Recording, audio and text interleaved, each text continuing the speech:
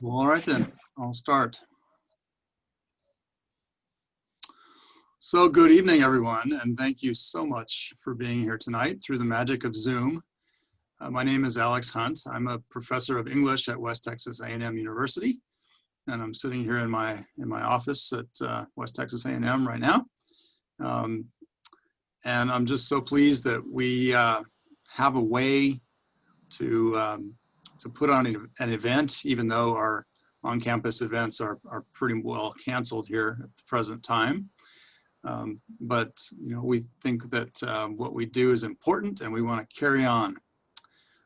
Tonight's moderator is going to be my colleague from Spanish, Dr. Tim Foster. And so in a moment, I'm going to hand this over to him to run it. But first, I just wanted to give you a very brief overview of what we're doing here. CSAW, as you see, is the Center for the Study of the American West. And we've been in existence for about 4 years now. And our mission essentially is to promote the study of the American West here on campus. We do that through public events like this one, through curricular activities like our courses and our internship program. And also we further this mission through our research support in the form of giving grants. We have a book award and things of that nature. One of our most important initiatives, I believe, has been the Forgotten Frontera program, and this is our 4th installment of this event. In the past, we've discussed a lot of very interesting and sometimes controversial topics, including farm labor, immigration, justice, labor history. Last year, we had an event that focused on the building of the railroads and the role that the Mexican-American community had in building that infrastructure in our region. And tonight, as you see, we'll be talking about art, activism, and community. We always do this in a format that's a little bit unusual. It's called a community conversation. And the philosophy behind that, of course, is to bring people together to talk. And we always have done it the same way, which is that we have one scholar from WT, and we have one scholar from the larger world out there. And then we have a couple of people representing our local community here. And the idea behind that is that we want to highlight the fact that we have a community full of knowledgeable people who have stories to tell and information to impart about our history and culture here in the Southern Plains. And at the same time, we want to get professional scholars to come and talk with us so that they will hopefully, you know, make use of this topic and these conversations as they go forward and do their own research. In other words, we want to get scholars excited about the Southern Plains and this, what we call the Forgotten Frontera of Mexican, Mexican American and Latinx presence on the Southern Plains. So again, thank you so much for being here this evening. Thank you for listening. And now I will sort of mute myself and pass the baton over to Tim Foster, who will introduce tonight's event. So thank you. Thanks so much, Alex. And welcome, everyone. We're delighted that so many have joined us. As Alex mentioned, my name is Tim Foster, Assistant Professor of Spanish here at WT. It seems strange that we can't see you, but we do have a list of all the participants. In fact, if people want to see who else is attending, you can look at the participants list, click the participant button at the bottom, and you can see attendees. We have 62 and counting right now. So see if you can find some friendly faces, familiar names there. It's nice to see friendly faces and new ones as well. So with the recent mural projects going up all over the Barrio, we thought that the role of art in the community would be a fitting next step in our series of the Forgotten Frontera, and especially fitting this week as we kick off Hispanic Heritage Month with Independence Day celebrations of Mexico and various Central American countries. As Alex mentioned, this really is envisioned as a community conversation. We deeply value and actively encourage participation from all of you attendees. So please use the chat function that's at the bottom of your Zoom window. If you don't see it right now, move your mouse a little bit in the window and then you'll see the chat. It's a little speech bubble pop up. So please do get involved with questions or comments that you have. And so we'll be monitoring that chat throughout the presentation. Y una notita en español. Quiero darles la bienvenida a todos los oyentes hispanohablantes. Gracias por asistir a este evento y pedimos su participación. Si tienen preguntas o comentarios, simplemente hay que pulsar el botón de chat en la parte inferior de la ventana de Zoom y atenderemos sus preguntas ahí. Gracias de nuevo. So with that, I would like to introduce each of our panelists. First, Dr. José Limón recently retired as Notre Dame Foundation Professor of American Literature at the University of Notre Dame. Before that, he taught at the University of Texas, Austin for 30 years, closing his career there as the Modi C. Boatwright Regents Professor of American Literature.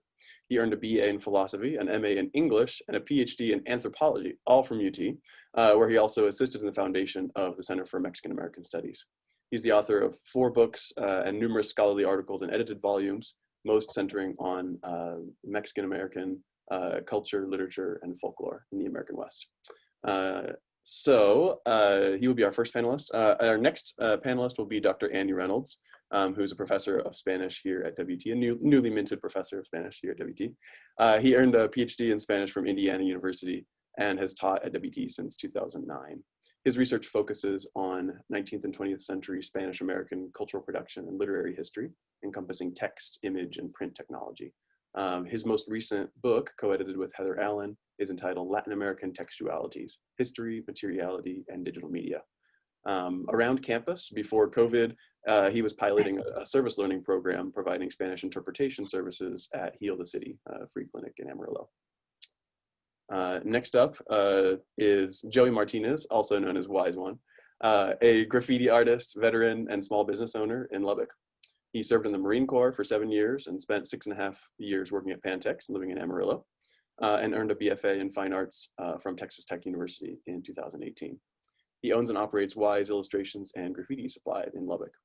His work frequently incorporates themes of Mexican heritage. He's received numerous commissions from prominent local murals, including the Amarillo curved wall that we've all seen at the Rick Husband International Airport, as well as many murals in Lubbock. And finally, Teresa Cervantes Kenedy is the president of the Barrio Neighborhood Planning Committee in Amarillo. She's one of the authors of the recent book, Amarillo Barrio Historical District, Past, Present, and Future. She has been instrumental in organizing the Let's Art Amarillo Barrio Arts Project, including the Barrio Art Show back in January, and a number of public works, including the Underpass mural. And I'll let Teresa tell about exciting new developments that are happening just right now in the barrio. So I now invite our panelists in the order of Jose, Andy, Joey, and then Teresa to share their prepared marks on tonight's theme of art, activism, and community. Well, thank you very much for this invitation. I'm always delighted to be part of anything that has to do with art, activism, and community, especially at West Texas A&M. In discussing Mexican-American muralism, perhaps it might be best to begin with a broad historical perspective, and I'll try to keep this as brief as I possibly can. But it might take us to a place that a lot of people don't think about when they think about Mexican-American muralism, and that would be Diego Rivera, the great Mexican muralist of the turn of the 20th century. We have here already one of his major murals here. The reason I bring him up is twofold. He's often associated with a triumvirate of Mexican muralists, Siqueiros, Rufino Tamayo, who in many ways set in motion the genre of Mexican origin, let me call it Mexican origin muralism for the moment. And of course they did this shortly after the Mexican Revolution and did so primarily in Mexico, as you would expect, in Mexico City. A lot of this work at the National University of Mexico. But the other reason I want to bring him up is because, of course, as some of you undoubtedly know, he also executed murals in the United States. And so in an interesting sort of way, he becomes the first muralist of Mexican origin to actually work in the United States and create his work here in a variety of places, principally Detroit. But the image you're looking at now is the famous one, some would say the infamous one, called Man at the Crossroads from 1934, that was created at the Rockefeller Center under the auspices of the Rockefeller family. This in turn resulted in this, I think it's 3 panels of work, as you can see, of massive work. And I just want to sort of credit him with that, because in some ways he earns that credit in coming to the United States as a transnational subject and doing this work. But he also brings up another problem, an issue that perhaps will also crop up when we discuss the work of Joey Martinez. And this is on the negative side of the ledger. This is the theme of destruction, because very quickly after this mural went up, again, I apologize for those of you that are versed in this area, Mr. Rockefeller ordered its destruction. He objected to the politics of the mural. He didn't pay close attention the first time to the details of the mural, but the second time around, he caught it. And as you can see, it's slightly on the right-hand side of the mural, from the center, slightly to the right, I think you can see Vladimir Lenin. And he was one of the images that Mr. Rockefeller got very upset about. And consequently, the mural was destroyed. But not before Mr. Rivera had made what amounted to a copy of it and re-executed it in Mexico itself. And I think you can still see it there at the Palacio de Bellas Artes in Mexico. Rivera is important in another respect, because he, and again, the Mexican muralists, then go on to be very influential in the first sustained Mexican-American muralist project here in the United States, which of course is associated with the Chicano movement. And a number of murals were created as a result of the Chicano movement. I'm not going to go into the details of the movement itself, although my wife is here with me tonight, and she and I lived through that. But for a lot of people, it is now ancient history, and we'll be happy to answer questions about it in the Q&A. But of course, this occurs in the 1960s and in through the 70s and into the 80s, and continues to the present day, as we'll see with the work of Joey Martinez. But I want to add another little side note here as well, and this is something that's often overlooked, especially when we talk about muralism, and that is education. After all, we are dealing here with a university in West Texas that is now educating a lot of young Mexican-American students and others as well. But it's important to recall that, you know, these muralists were educated, trained folks. They simply didn't come out sort of out of the barrio in some sort of innocent way to create these murals, although perhaps some of them did.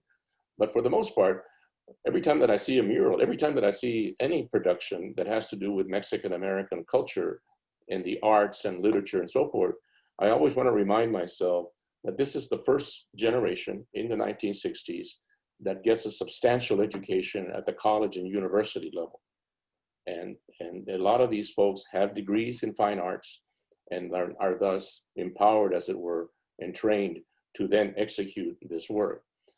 I was saying a moment ago that this trend, this Mexican muralism has continued into the present moment. Although there's been some interesting changes, and perhaps we can talk about that in the Q&A. The kinds of themes and symbols that were so prevalent in the 1960s having to do with Mexican-American culture, and particularly the indigenous manifestations of Mexican-American culture, as well as themes having to do with the Mexican Revolution, tended to be the dominant images in that moment of muralism. That has begun to change somewhat. And I wonder if we could see my second image that I sent. This one. This is a good example of the kinds of things that are happening today. The imagery, as you can see, if you look at it closely, it would actually be difficult to discern this particular mural as having a Mexican-American content. Perhaps the young man might be taken as such. This is a mural created by Jesse Trevino in San Antonio, Texas. It is a huge mural on the side of the Children's Hospital in downtown San Antonio. And it's a children's hospital that, given the demographics of San Antonio, has catered predominantly to Mexican-American children. And so it's a very fitting mural for a very fitting site, a very fitting theme, having to do with children and their bodily religious protection. So let me end there and see what happens in the Q&A. Thank you. Excellent. Thank you so much. Andy, you're next. I think we're getting some feedback from Teresa's. Could you mute? I'll go ahead and mute Teresa for now, and we'll unmute her later. Okay. Thank you, Tim. And I appreciate this invitation from Dr. Hunt and Dr. Foster and Deja McCormick to share some thoughts with you. I'm grateful to other distinguished panel members. It's really an honor to be here tonight. I too looked to Diego Rivera just for some thoughts this evening. My mind turned to him, and his first Mexican mural was titled La Creación, and it was painted in 1922 in a high school amphitheater in Mexico City. And he wrote, he described this process in the third person. He says, in order to have the most freedom possible to paint and create a decorative space according to the environment of place, the author chose an abstract theme, a type of condensed vision of the essential history of mankind. And a few things stand out here. The idea of freedom that public art provided Rivera, his intense focus on the environment of place, and the sweeping thematic of his murals.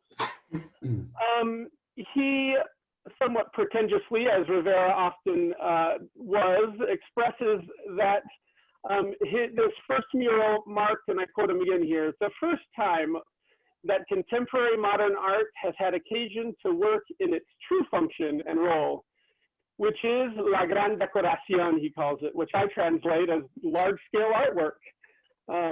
And as I recently toured Joey Martinez's historic bridge to the Barrio on 10th Avenue, and I look forward to hearing all about it, and a few of our other downtown murals, I thought about these art pieces as art's purest function. This legacy that at least partially stems from Rivera, Orozco, Siqueiros, and others that were trying to redefine the Mexican nation after the trauma of the country's civil war and revolution, and its estimated dead of 1.5 to 2 million people. And with that in mind, I would like to share 3 examples of this public art that all result from the 2019 Hoodoo Music Mural Festival that, in addition to Joey's piece that he'll touch on, completely transformed the visual landscape of downtown Amarillo. And this first one is titled Xochi, a mural off Polk Street by the artist Nuria Ortiz, a Californian who goes by Mrs. Yellow, that clearly represents our nation and particularly Mexico's historical heritage. Xochi, a common Mexican name short for Xochitl, the Nahuatl word for flower. It's also the name of a Toltec queen that lived in the 19th century pre-colonial Mexico, clearly refers to a pre-Columbian indigenous past. The young girl embraces the iconic golden eagle that represents Mexican nationhood and the founding of the Aztec city Tenochtitlan. She also wears a headdress of quetzal feathers, the quetzal symbolizing goodness, light, and rebirth in Aztec and Mayan mythology. And the title Xochi is a common girl's name even today. This is all unpacked through the depiction of the hopeful young woman surrounded by flowers and monarch butterflies. The next 2 murals are from local artists. This one is from Amarillo artist Malcolm Byers, located on 6th Avenue. Similar to Xochi, this vibrant and striking mural represents optimism, youthfulness, hope, not only in our Mexican American community, but all Hispanic heritages, all people of color, as we kind of strip away any sense of historicity and move to this present moment of youth and optimism. The final example that I just want to touch on before I end is Humankind from the Amarillo Blank Spaces group.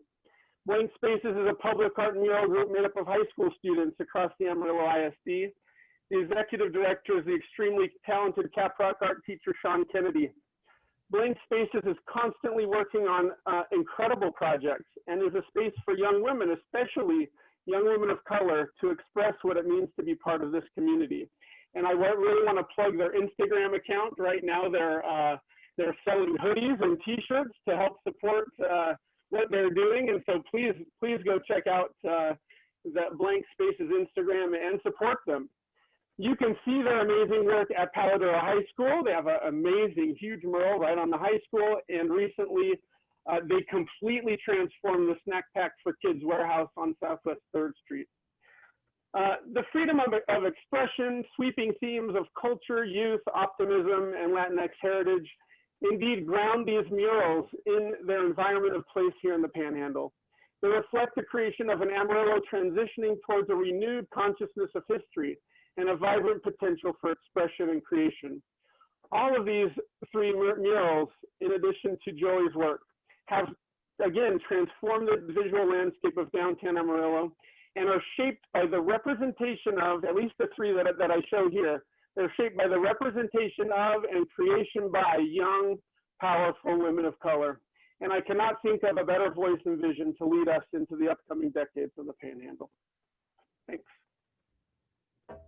That's fantastic. Thank you. And everyone, feel free to plug everything as you go along. If there are social media channels that you encourage people following, feel free to plug that. We're all on our computers, so we can look it up in real time. All right. Next up is Joey. Hello. How are you guys? First of all, I just want to say thank all of you for letting me in this panel. It's like I'm pretty amazed just to be, surrounded by talent and such great people. I've been doing graffiti art for 29 years, and I never imagined myself being like sitting in front of you guys, talking to a panel, speaking to a lot of people that, it really just amazes me. So again, thank you for inviting me and letting me be a part of this. So with the mural downtown, I didn't expect to get the commission, and it just popped up that I was accepted, and I was in shock at the time. I've been doing this for so long, and I never imagined that it would come to something like to this factor. So again, it's really amazing that I was able to create something for them. Whenever I first started doing the design process, it was trying to figure out how I could incorporate just different types of imagery, like, dealing with heritage or whatnot. And, it was a long process. It took about a good month and a half just to get the images that they wanted on there. And, and if anything, I wanted to make them happy. So whenever we created it, I didn't know, at the beginning, I thought it was just going to be one wall. So I had to go, whenever we got there, they were like, no, it's going to be both sides of the wall. So we had to come up with a solution, and the only thing I could think of was to do a reflection of the other side of the mural. So that was a task in itself, because we had to, I had a buddy of mine, José Limón. He came from Chicago. I had him come help me do the commission. And so we had all the imagery, and then we had to reflect the imagery, and it was a task. Not only that, it was like in the middle of the summer. So it was extremely hot. I can't even tell you how many times I just wanted to faint. I mean, we stayed hydrated. We went to the store every chance we got to, just to get Powerades and Gatorades. And We ended up getting like a cloth to put around our necks, like that were soaked in water. I mean, there were points in the evening where we were painting because it was so hot during the day that we would just paint at night. And let me tell you, it was pretty scary. I mean, we had people shooting fire rockets at us. We had people throwing bottles in the middle of the street. But you know what? At the end of the day, I mean, I can't even tell you how proud I was just to complete the whole mural. I mean, even just driving back, I remember being so tired, and getting it done in a week and a half, almost close to 2 weeks. I can't even tell you. I mean, it was a challenge. It was the biggest challenge and the biggest job that I've ever taken on, and it taught me a lot. I'm extremely proud of the whole mural. Teresa, she helped me. We pretty much designed the mural together. She told me exactly what she wanted, and I was just glad that as a graphic designer, that I could put those images and I could read her mind and figure out what she wanted as far as wanting the art. So if it weren't for Teresa, I would really be lost in the whole design process. But if anything, thank you again for letting me be a part of this panel. If there's any questions during the Q&A, please feel free to ask. We are so happy that you're here, Joey. I wondered if you wanted to share your screen and show us some of the images. Yes. We have a question that just came in that which feature on the mural did you find the hardest or most interesting to paint? And so I wonder if you could maybe kind of point that out as you show the pictures of the mural. Yeah.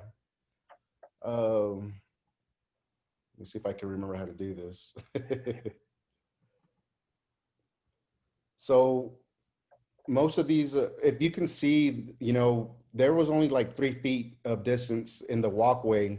So we're having to have a ladder there just to even get up to the very top. And I want to say where you see the cowboy, that was about, I want to say about maybe 20 feet, almost close to 30 feet high. And I mean, it looks small from, looking at the image, but I mean, it was insane as far as trying to get up there, trying to be able to, even the noise itself was, kind of overbearing because you had trains, you had vehicles, you had smog, you had some really wild people that were scary. This job was a challenge in itself. I have never had a job that I could, that was such a big task, and as far as doing, like, if the streets were blocked off and people would have walked through and this and that, I mean, it would have been a lot easier, but, we only had so many criteria that we had to work with. And, again, I'm just glad we got it done. At the end of the day, it was a whole challenge. That's fantastic. I think something we can come back to, that a thread I'm already seeing, is this like difficulty that you're talking about. It seems to be kind of unique to mural art. It's not something that you would have to contend with if you're in a studio.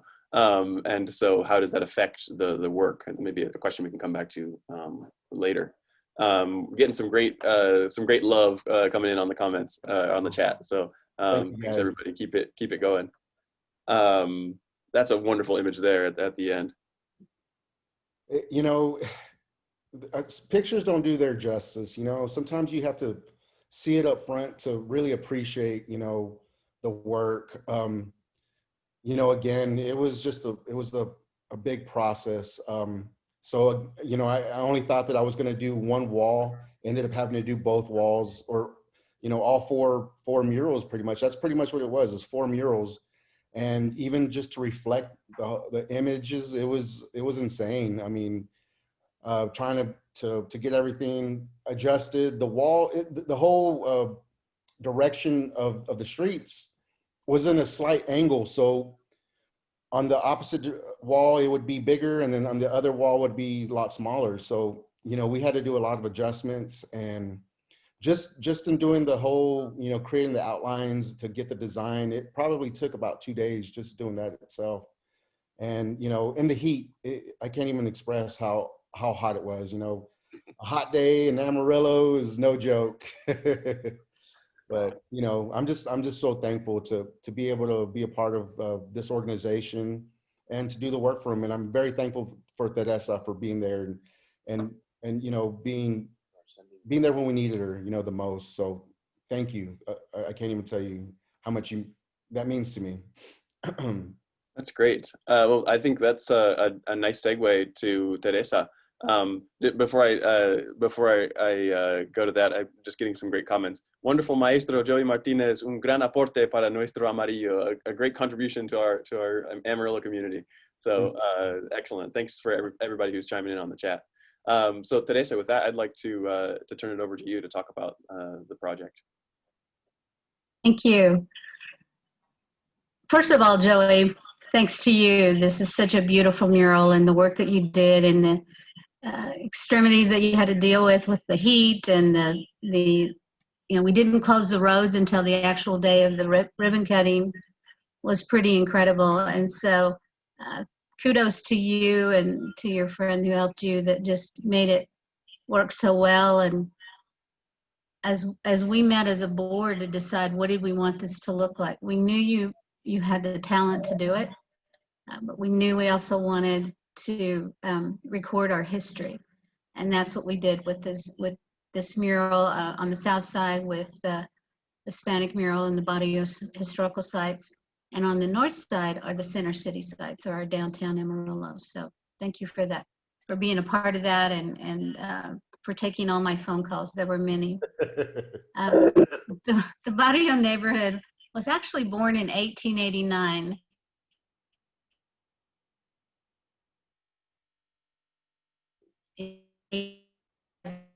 Only 2 years younger.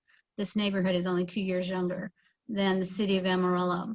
And it was really born and brought about because of railroad workers. They needed a place to live when they came and worked in Amarillo at the railroad. And so they could, living in the Barrio, they could walk to that work.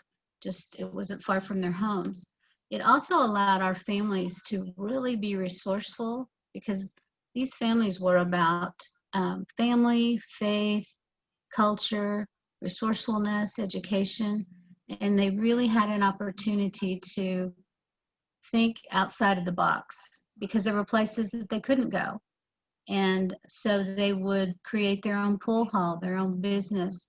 It could be something from a grocery store to a restaurant to a dance place, a recreation center, whatever it was that they needed to have for their families. They certainly were a part of that. They also donated some of their wages to help build a church that they could attend, a Catholic church. It was built downtown. It was Sacred Heart Cathedral. And then in 1918, it was moved into the Barrio. And when it was sent there, then it's currently now at 11th and Houston. So on those sites, as you're looking at it, they are, the Our Lady of Guadalupe Church is the oldest. It's the oldest one. And then you look a little further, and we have some other buildings as well. So when you go from left to right, you have Our Lady of Guadalupe and Catholic Church, and then later became a parochial school too. Have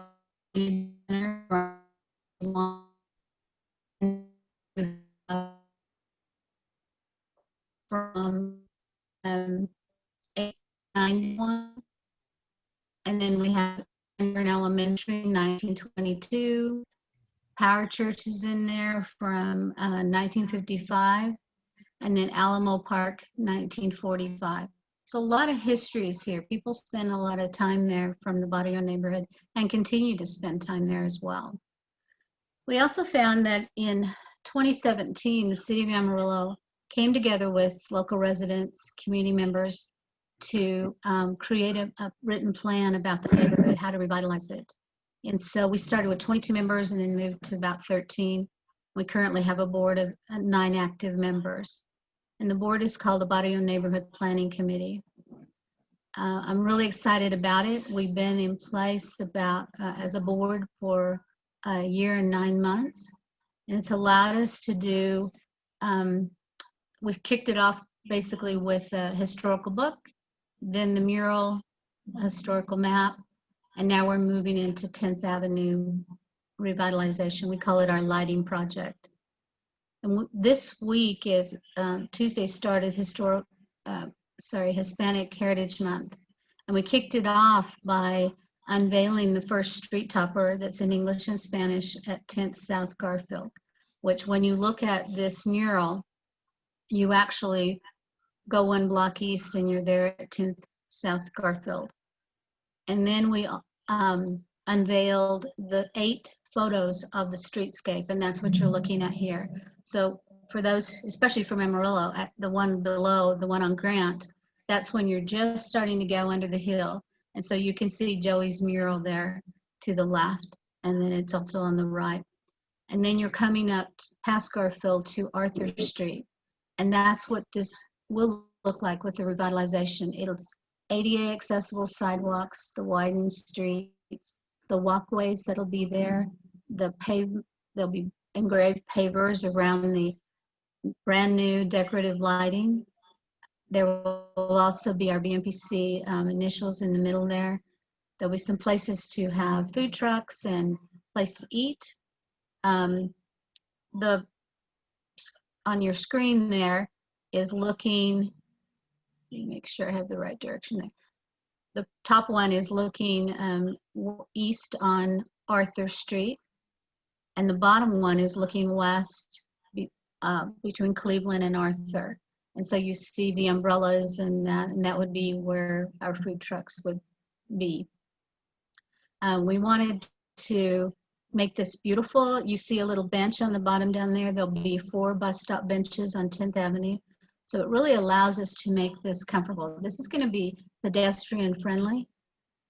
And a lot of our families already do walk on this street. And so we just wanted it to be a pretty revitalized community. And 10th Avenue is going to kick that off. We're going to run this in the first phase from Garfield to Cleveland, which is 3 blocks. And then it will run in the second phase 2 blocks and then 2 blocks all the way. So from Garfield to Ross will eventually be 10th Avenue completed for that.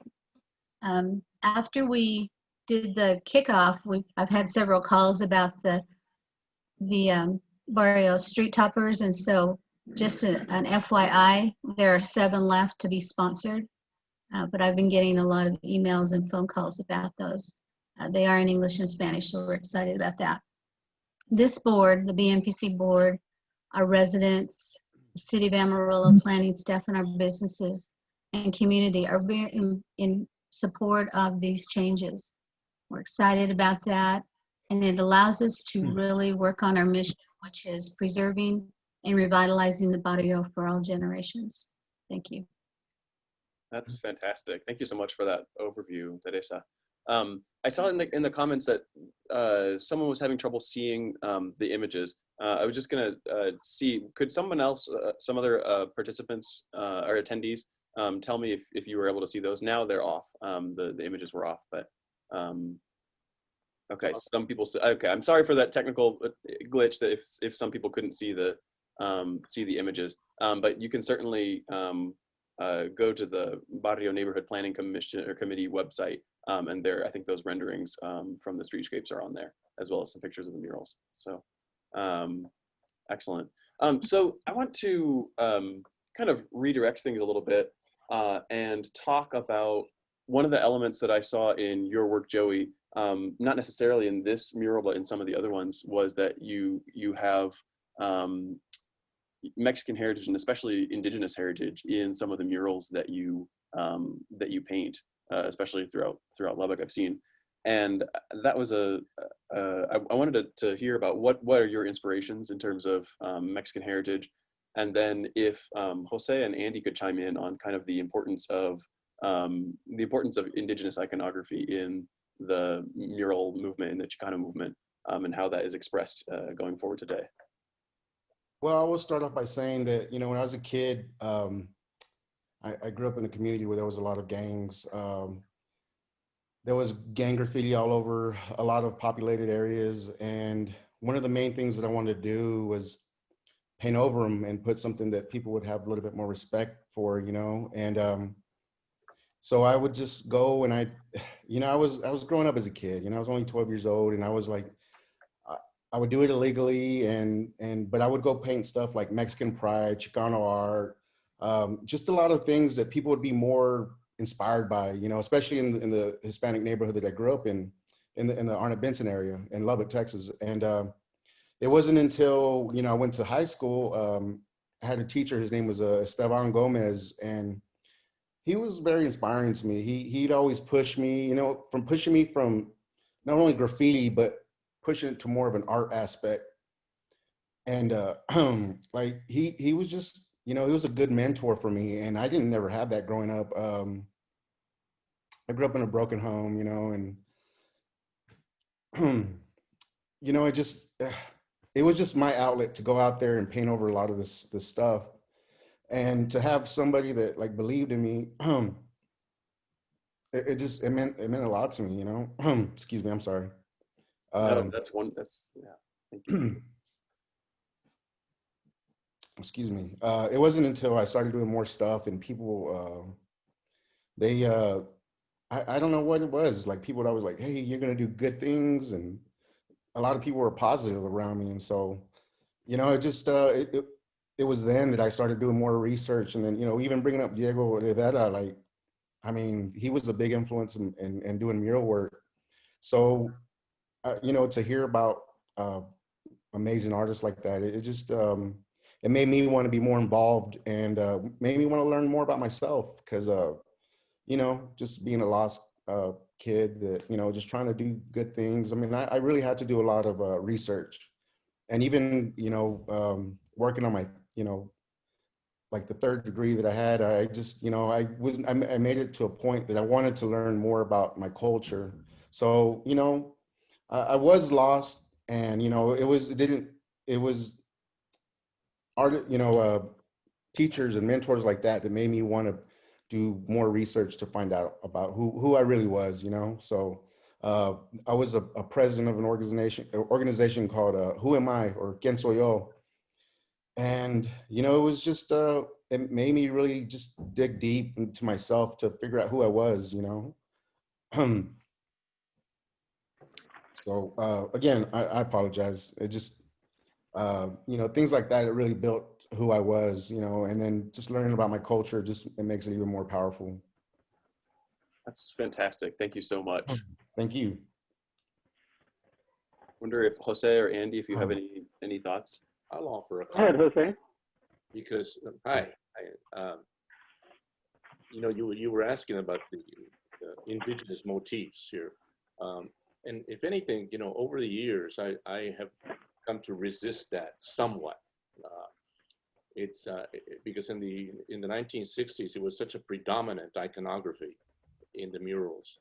And even then, I remember having some slight discomfort about that. And that may also, by the way, have to do with my being from Texas, where interestingly, that kind of indigenous iconography was less prevalent in the mural movement than where my wife grew up, which is Los Angeles.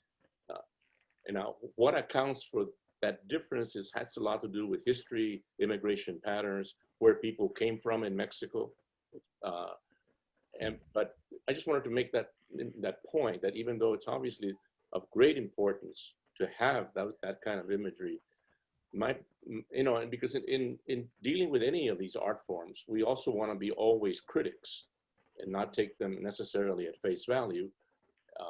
And one of the criticisms that I might have about is the relative lack of representation of ordinary everyday life in a Mexican-American community. We would get these huge images of Pancho Villa and Zapata and different kinds of indigenous gods and figures. But sometimes I was sort of looking more for the ordinary everyday life. I see some of that in Joey Martinez's work, but you can also see the other influence as well, you know, what I call the large motifs, as opposed to the everyday experience of Mexican Americans. Jesse Trevino in San Antonio I think, has struck a very good balance between those two polarities as such. But the other thing, if I may take advantage of my time right now, that I wanted to raise, and it goes back to what I said earlier about Diego Rivera's mural being destroyed.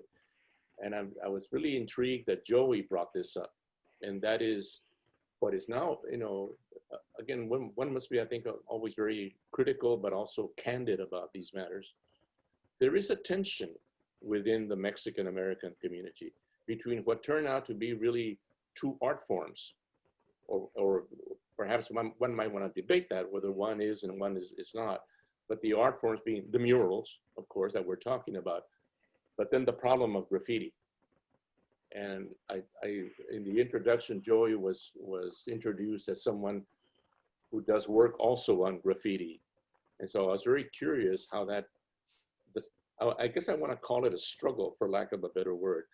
We see that very evidently here in Los Angeles.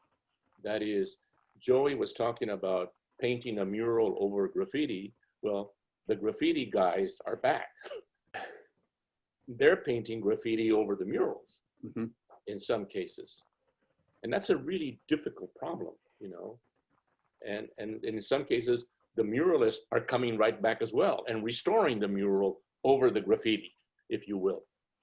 That interesting negative dialectic that's going on, it really intrigues me. And I'm wondering if any of my fellow panelists have anything to say about that, especially Joey, who in some ways has been in the trenches of that warfare, if I may push them. Yeah, I wanted to ask about that. Have any of your works been painted over? And we have a question here too from Rachel Witter. When you painted over things illegally and your work got positive reactions, did you ever want to take credit for it, but were worried about being in trouble?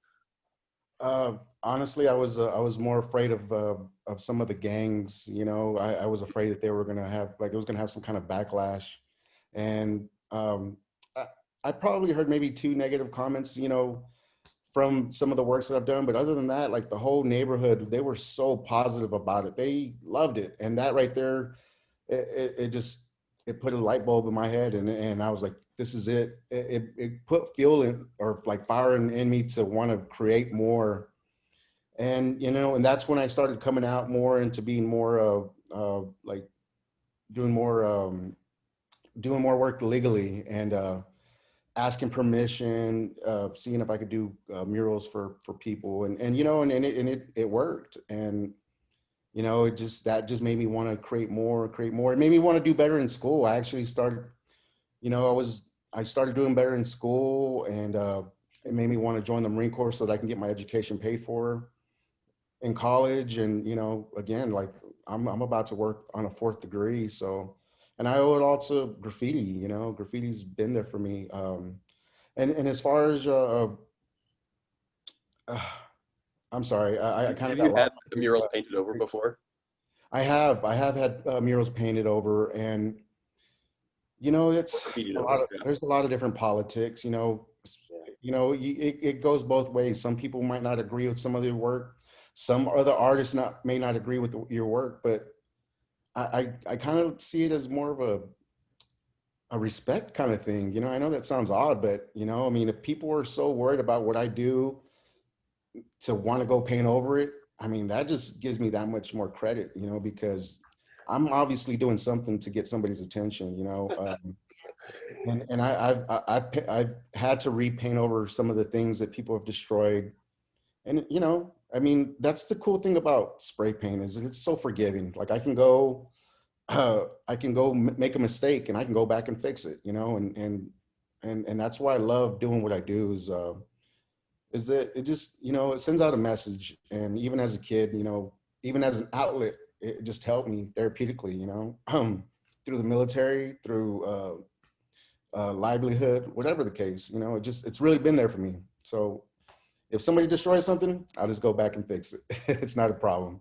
Joey, do you ever talk to these guys? I do. I've had a talk with a couple of them. I say guys because they're probably advisedly guys. Hey, I don't take any judgment from anybody. There's a lot of amazing female artists that I truly respect. But I've talked to one in particular, and you know, I didn't know where he was coming from. You know, I think he had a lot of bad upbringing as well. You know, I mean, I try not to result to any kind of violence. You know, I do try to talk to people and like try to figure out their situation before, before anything bad happens. And I don't ever want that. You know, I try to talk to people, figure out like a solution. And if it doesn't happen, then you know what, I'm already old enough to, or not even, it doesn't bother me anymore. So again, I just think of it's more of a respect thing. And you know, if there are people that are a little envious, then so be it. I mean, I'm getting the recognition that I want. I don't ever try to promote them vandalizing anything. You know, I just go back and I fix it, you know, and let it be and move on and live a good life. That's what I'm doing. I'm living an amazing life. Let me not be misunderstood. You're doing wonderful work. I just wanted to point out that interesting problem that we do have. Thank you, sir. I really appreciate that. In the chat, Christy Martinez, I'm not sure if it's any relation, says Joey had a mural of Cesar Chavez and the Virgen de Guadalupe that became political, and eventually the building was torn down. There was an uproar from the neighborhood who embraced it. So I remember reading a story about that. Excuse me, this was in Amarillo? I think that was in Lubbock. Yes, sir. Yeah. My older sister, Christy, she's always been a big influence. I remember when we were little kids, we would lay in she'd get a blanket, she'd put it in the backyard, and we'd lay down, look at the stars, and she'd always ask me, what do you want to be when you grow up? And you know, it was always something to the fact of being some kind of artist. And I'd always say an architect, or, you know, something that had something to deal with art, you know. But she was a big inspiration to me. And yeah, you know, that was really sad. That was like one of my first experiences that I had, that I had to fight the city almost. You know, I was only trying to go, I had painted on this mural before numerous times on this wall, this particular wall. And the gentleman that gave me permission, he passed away. You know, somebody else took over, but I was still painting on this wall. Well, then the city of Lubbock came and they started questioning me, and they called the cops on me. I mean, it got really bad. I thought I was gonna go to jail. And all I was trying to do was something positive. And you know, I talked to the person that ran that task force, the graffiti task force, and you know, we came to an agreement where he's like, go ahead and finish it. You know, it's only a couple hours, whatever. And I was almost done, but it got to the point where the city, you know, they were already going to take the building down or whatnot. But it became like a really big statement, you know, here in Lubbock. And it taught me a lot of lessons. And I'm grateful for that situation, because it taught me how to approach things differently and to be a better person about the whole situation. A modern day Diego Rivera getting his mural painted over by Rockefeller for putting Vladimir Lenin in it. I mean, I think that it brings out attention in mural. It's public like no other kind of artwork is. And it's also exposed to the elements. It's also difficult to paint because of, like you talked about, the heat and the strange shapes. So there's a tension almost between kind of this freedom and expression and this public notoriety that comes with mural art, but also the kind of ephemeral nature of it. It can be destroyed. It's out there to be approved of or disapproved of by the community. But judging by the comments that we're getting, it's mostly universally approved. So some great comments about people coming and wanting them to take tours of the murals right now. We had a comment from Mary talking about how, hearing Joey's own experience, that it's important for kids to have these kind of outlets for that artistic expression. I wonder, to shape that into a question, if you could talk about just the importance of communities embracing and encouraging this type of art and activism, and how it can make an impact on not only the youth artist, but for members of the community as well.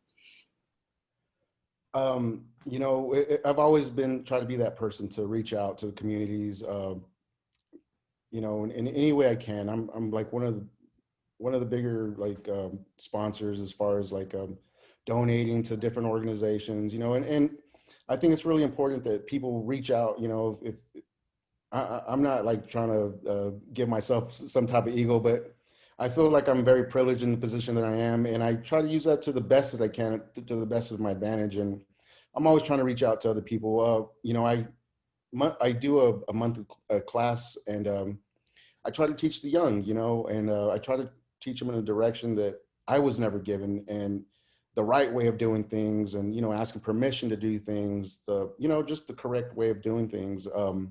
So I do think it's very important that, you know, to reach out to the young, and, you know, try to create things in a more positive aspect. I'm sorry, that probably didn't even answer your question, but I try to do the best that I can. I apologize. We're getting close to time. If I could just ask one more question, and if everyone would like to reply. Alex had a question for Jose and Andy in particular. In the Mexican American mural tradition, what's the relationship between the barrio and the placement of murals? I assume it was originally less official, but now maybe becoming more officially commissioned. I wonder if Teresa could comment on that. Have there been murals painted before in the barrio? And is this the first time that there's been some kind of official, you know, effort to do so?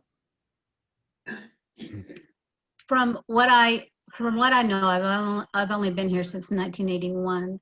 This is the first big murals that I've seen in the barrio. There has certainly been kids that have done graffiti and like that. And I do want to just go back to, I'm pleased that a year later, there has been no graffiti over Joey's murals. So I'm pleased to announce that. Thank you. And I do believe it's because of respect. There's a respect from one artist to another.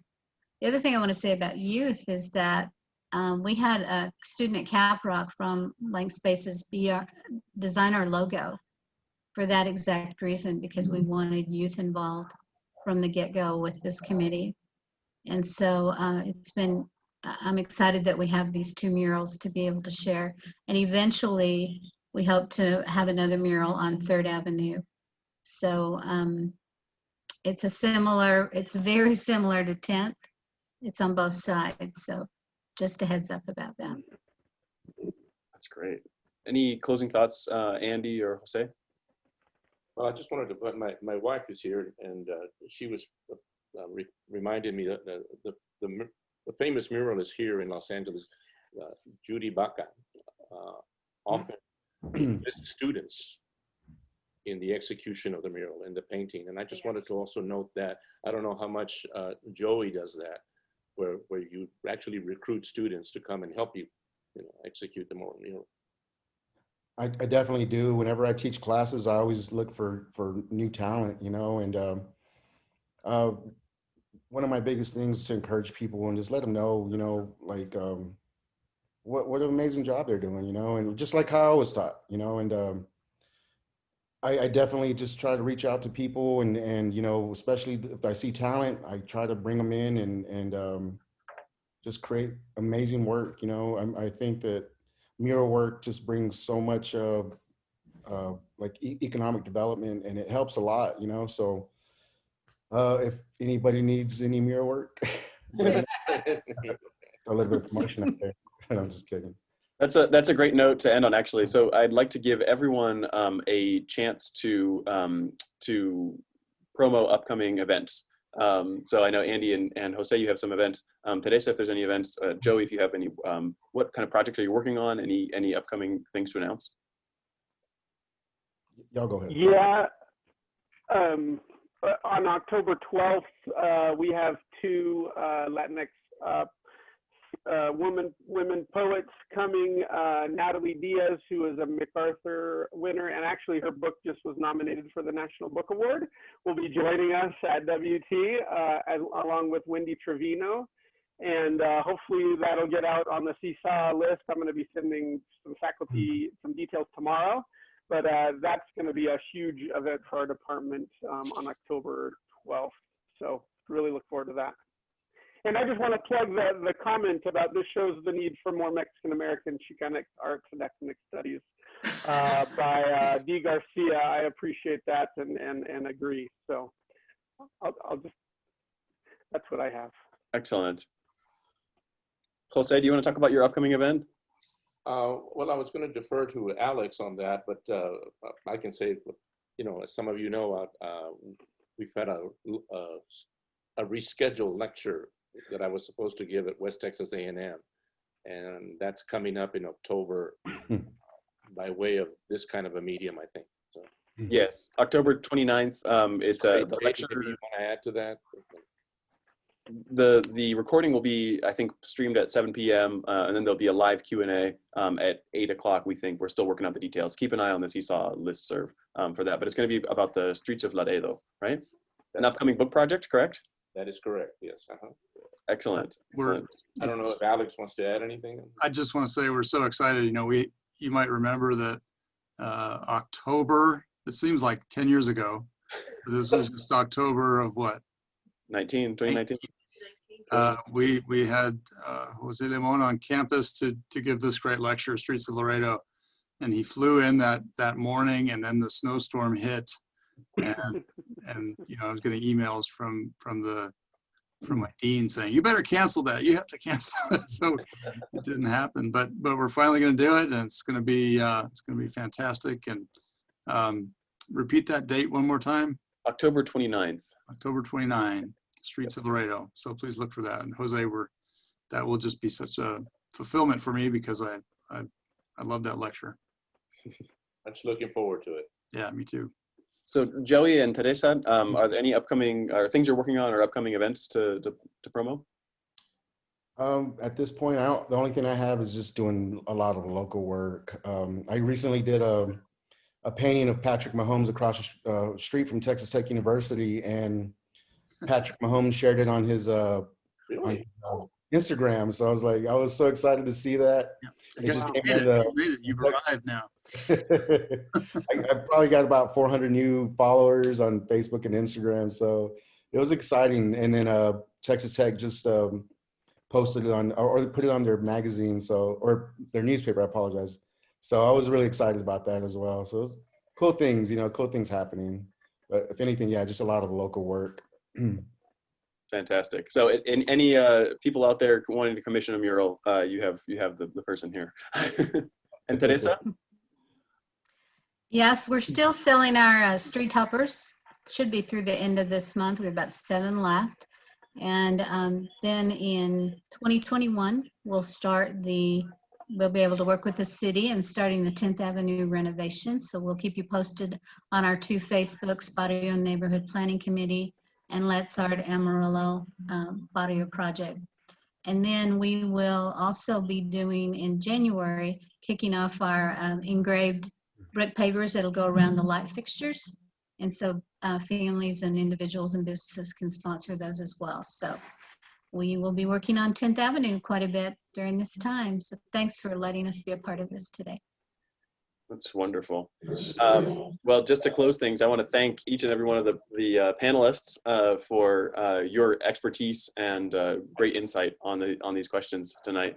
And I also want to thank all the participants or the attendees who were here this evening. It was great to see such a good showing. I think we saw that there are some excellent things going on in the community.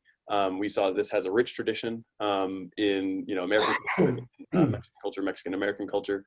We saw the expression and freedom that mural art allows, and also the tensions that are kind of involved in the public art, as well as the tension between graffiti and mural art.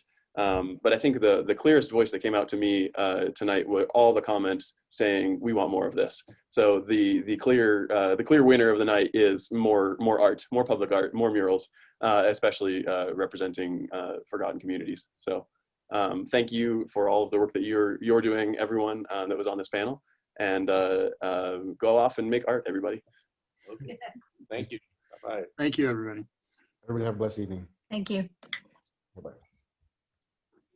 Bye.